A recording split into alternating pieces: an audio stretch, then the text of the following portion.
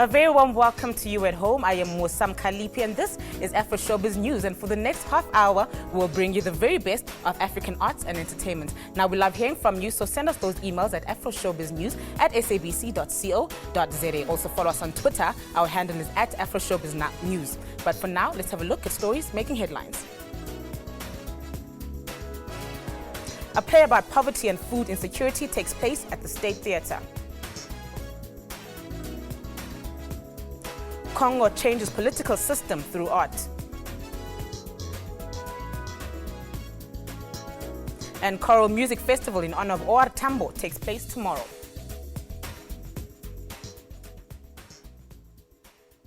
The city of Lagos in Nigeria will in June be more lively than ever, with the annual Darua Art of Performing Art taking place in that country. The event starts on 4 June and will end on 7 June.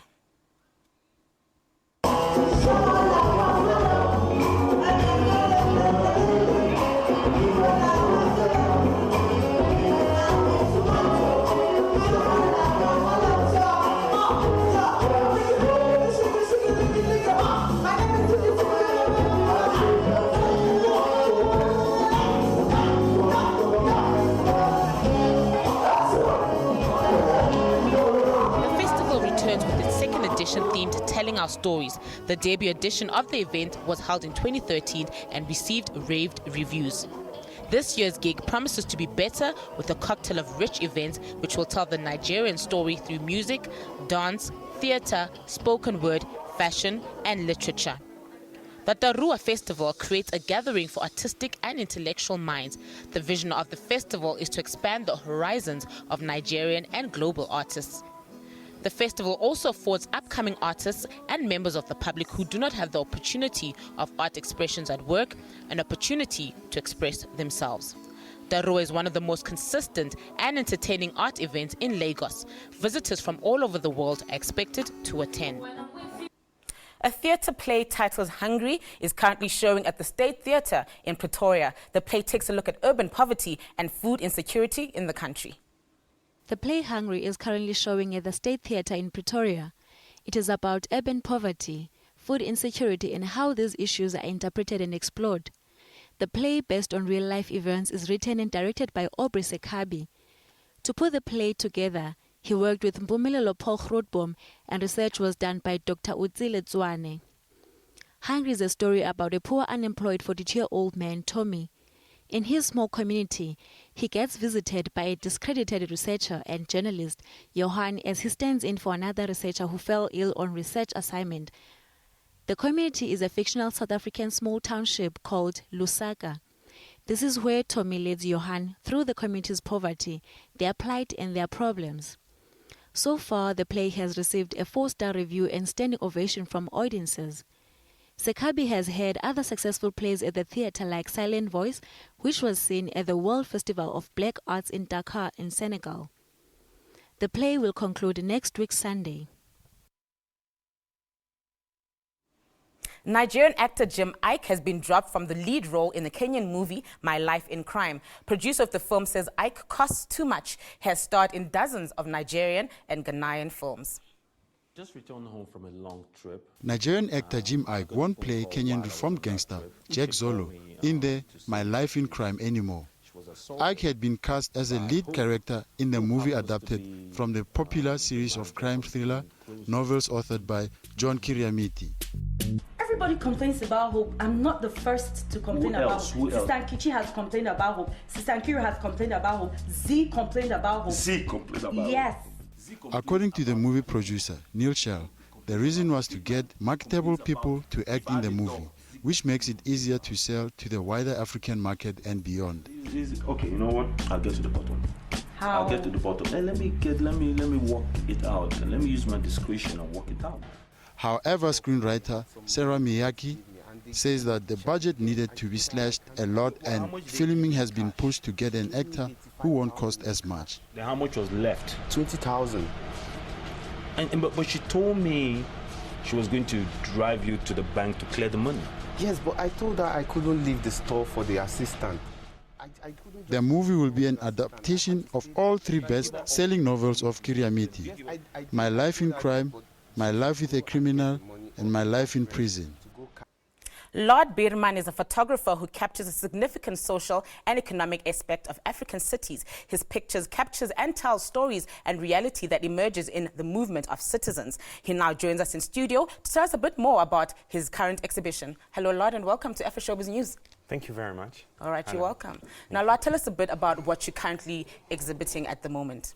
I have the exhibition Africa Junctions. It's shown in Goethe at Jan Smuts Avenue, and it will stay there for the whole month. It's a selection of images from this book, Africa Junctions Capturing the City, on which I worked for the last 6 years.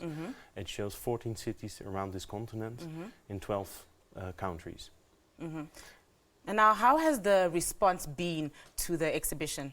Oh, there were a lot of people, so I was very happy. I got good response so far, but I have to be honest that you always hear sooner the good response than the critics. Yeah. But I was very happy what I heard. Of course, that's good. Now, Lard, have you exhibited anywhere else in South Africa previously? Not in South Africa, no. This is the first time, and I'm very happy to be able to show this project because I just launched this book in April in Amsterdam, in Holland, where I come from, and I had a big show there. And I'm very happy to be so quick already here that Goethe gave me the possibility to show it here so quickly on this continent, because it's also the book launch for Africa. Now, you're also exhibiting in other African cities. How did you then choose to exhibit in those specific cities, or why rather did you choose to exhibit in those cities? Actually, I have, during working on this project, I did some shows around the continent. I did a small show in Luanda. I was before on Lagos Photo in 2010. I hope to be back there with this project in October. And I always also, in last October, I was at Lumumbashi at Picha Rencontre. But that was all in the context of producing still the work. So it was also a kind of slight a pre-show for this. So this is the first show here. I really start here, and now I hope the next years to show it in as many cities as possible around this continent, especially the cities where I made the pictures. And that's through whole Africa. It's from Cairo, Kampala, Dakar, Dar es Salaam, Lusaka, Luanda, Lagos, Kinshasa. I've been quite around. All right, but now when putting this together, what have been some of the challenges that you face bringing together the project?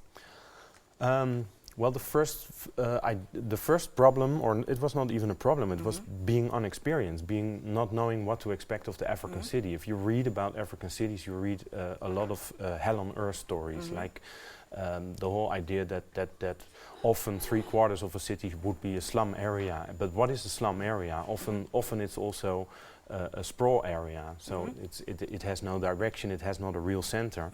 But slum is much heavier than a sprawl area. So the title or the name slum denies a lot of differences between types of city parts. And for me it was a big question, how could I survive in these cities? And that was much easier than I expected. I felt often very welcome, and I often went with another artist or photographer or an assistant to periphery areas, and they were less hell on earth as I expected. It's much more about people making a daily life. Now, still on areas, you take pictures in a lot of public spaces. Yeah. Why do you choose those specific spaces to take your photographs? Actually, I don't do specific spaces. Actually, I walk around a lot. I think you learn to get to know a city best when you walk around, when you wander through a city. And deliberately I do that both in city centers as in outskirts. All right. And I do that in luxury places, both as in normal places, both as in slum areas, because I think I have to capture that whole. But I always do that without wanting to capture drama or the extremes. So I don't do the most. I don't do the most expensive shopping malls, and I don't do the worst, poorest slum areas. I want to de-dramatize the image on Africa, because in my country and in Europe, people often think that Africa is still mainly rural. Of course. And it denies the idea that there are already 400 or 500 All right, well, million. I'm afraid we're going to have to wrap it up there, but thank you Yes, so much okay. for joining us. Thank you for Let's telling take my a quick story. break and we'll be back soon. Okay.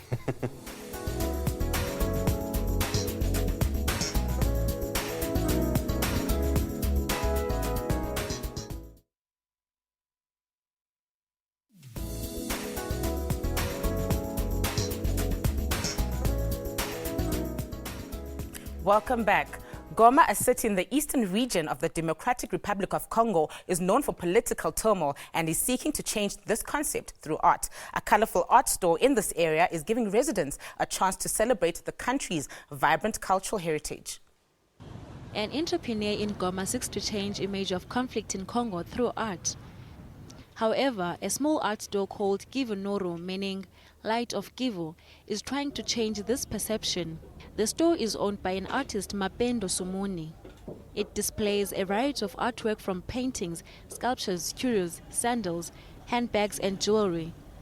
Sumuni said she wanted a place that not only made beautiful art pieces available to the public, but also provided space where local artists can sell their work. Je me suis rendu compte qu'il y avait beaucoup d'œuvres d'art créées par différents artistes, mais qui n'étaient pas du tout. I realized that there were many artworks that had been produced by different artists whose work went unnoticed. The only space they worked from was at home, so I wanted to collaborate with them so that we can do something together and also enable them to help others. Pour pouvoir aussi les aider, et non seulement certaines personnes, mais tout le monde. She works closely with the artists that sell their work at her store. Another artist in the area said the store has provided support for him and his family. As demand increases, we need to handle our orders better and need proper machines. But if we continue working by hand, it will be even more difficult. Sumuni holds weekly events to highlight new talent and wants to expand the business to start an art gallery. Currently, she is planning a fashion event to showcase some of the clothes made by the designers she works with. Sumuni plans to turn Kivu Noro into a regional art project by building a greater network of artists from the Great Lakes region. Zingce, which directly translates Take Pride, is a South African lifestyle magazine which celebrates both the young and the old through fashion and lifestyle. It has featured a number of South African public figures on their covers and continues to go from strength to strength. Now, to tell us a bit more about the magazine is Ngawethu Kasiphiwe, editor-in-chief of Zingce. Hello and welcome to AfroShowBiz News. Hello, thank you very much. You're welcome. Now, Ngawethu, why did you decide to do an online fashion and lifestyle magazine? You know what, before you start anything, there has to be a need. And we realized that, you know, we have to bring back good journalism. And basically, Zingce is just about that. It's about celebrating what South Africa has to offer, the good that people have to offer. So we are elevating the standard of Africans. So that's how Zingce came about. Now, what are some of the core issues that the magazine deals with? For instance, on the previous issue, we featured Lebu Gunguluza, who is an entrepreneur. So what we're saying is that, you know, we take relevant people that can be of assistance to those that are aspiring to be entrepreneurs, and we give them a background, basically, of how the likes of Lebu Gunguluza started, and basically they have a way of saying, there's a way of saying that they too can get to where he has been. And also we also feature health matters, so that, you know, people in general need to be in touch of who they are as individuals, and they also have to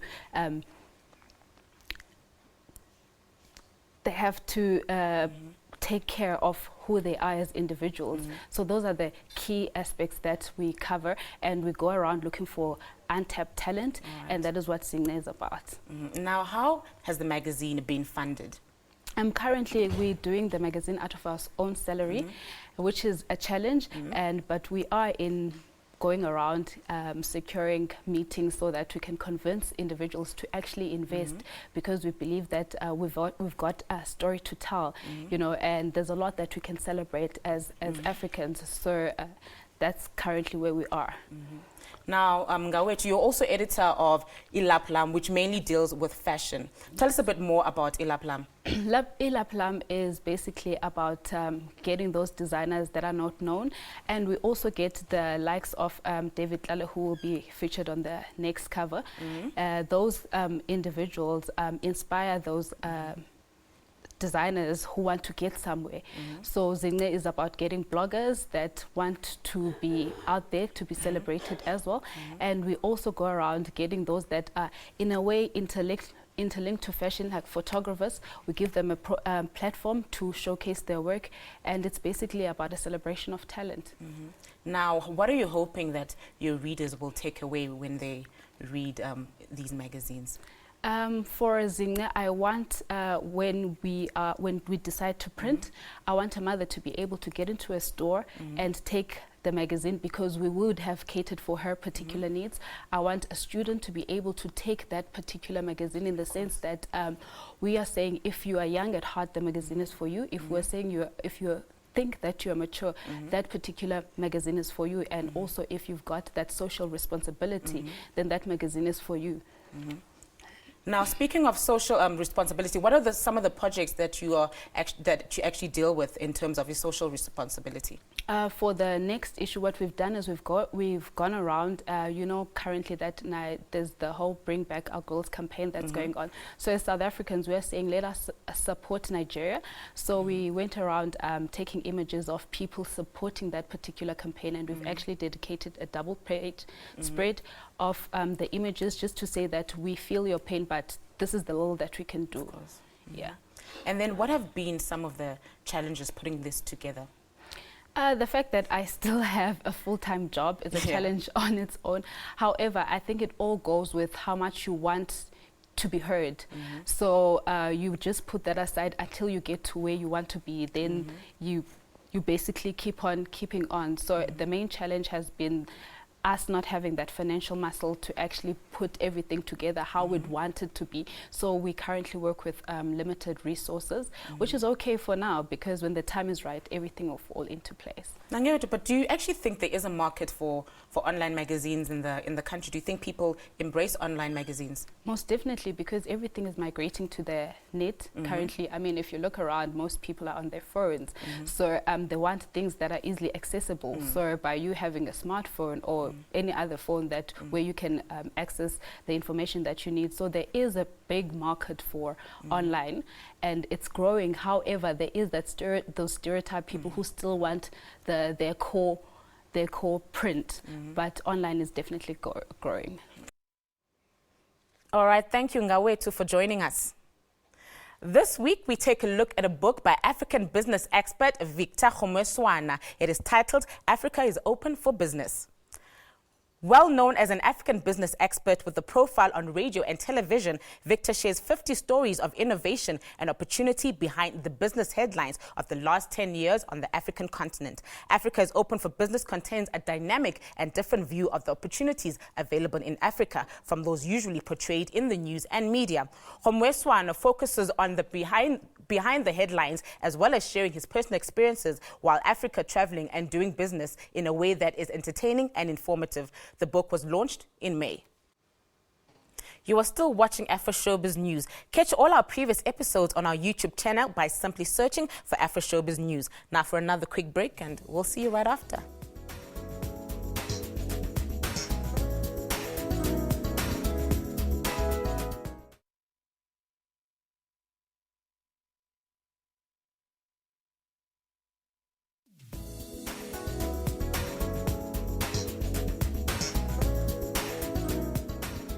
Welcome back. In honor of the late NC stalwart O.R. Tambo, a choral music festival will be held in Mpumalanga on Sunday.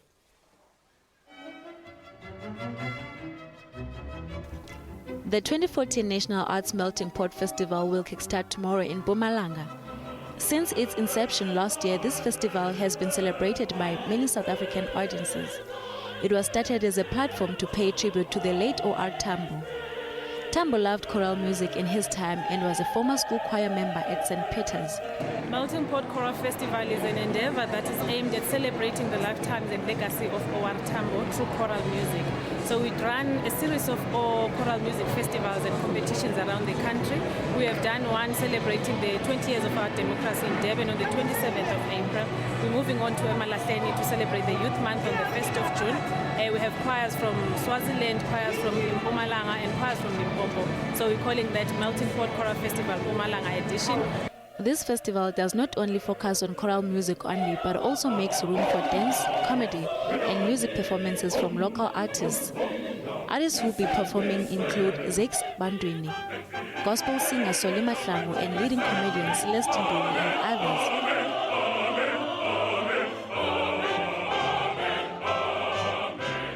Top 20 choral music choirs from South Africa will compete with other choral artists from across the borders in Swaziland. The festival will be wrapped at the National Melting Pot Ekurhuleni Choral Music Competition later this year at the Carnival City.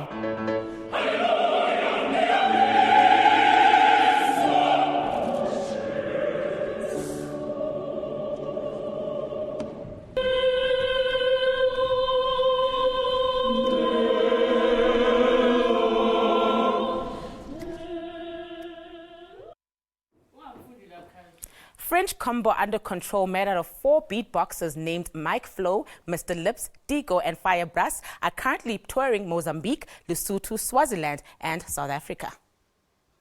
Beatbox killer, when I say beatbox. Beatbox team world champions in 2009, the 4 have since been involved in a multiple of on and off stage collaborations with other South African beatboxers.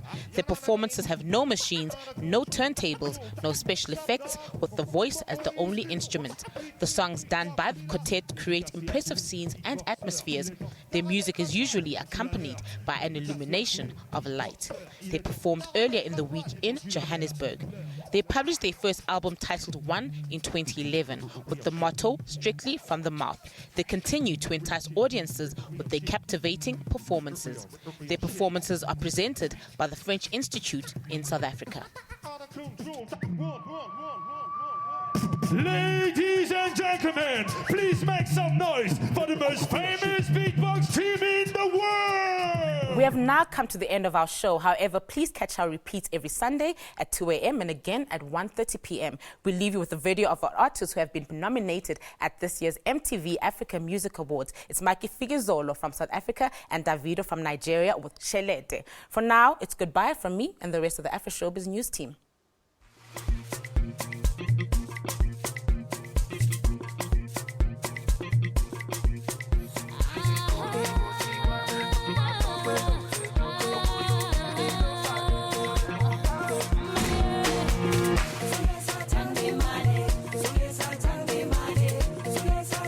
Money.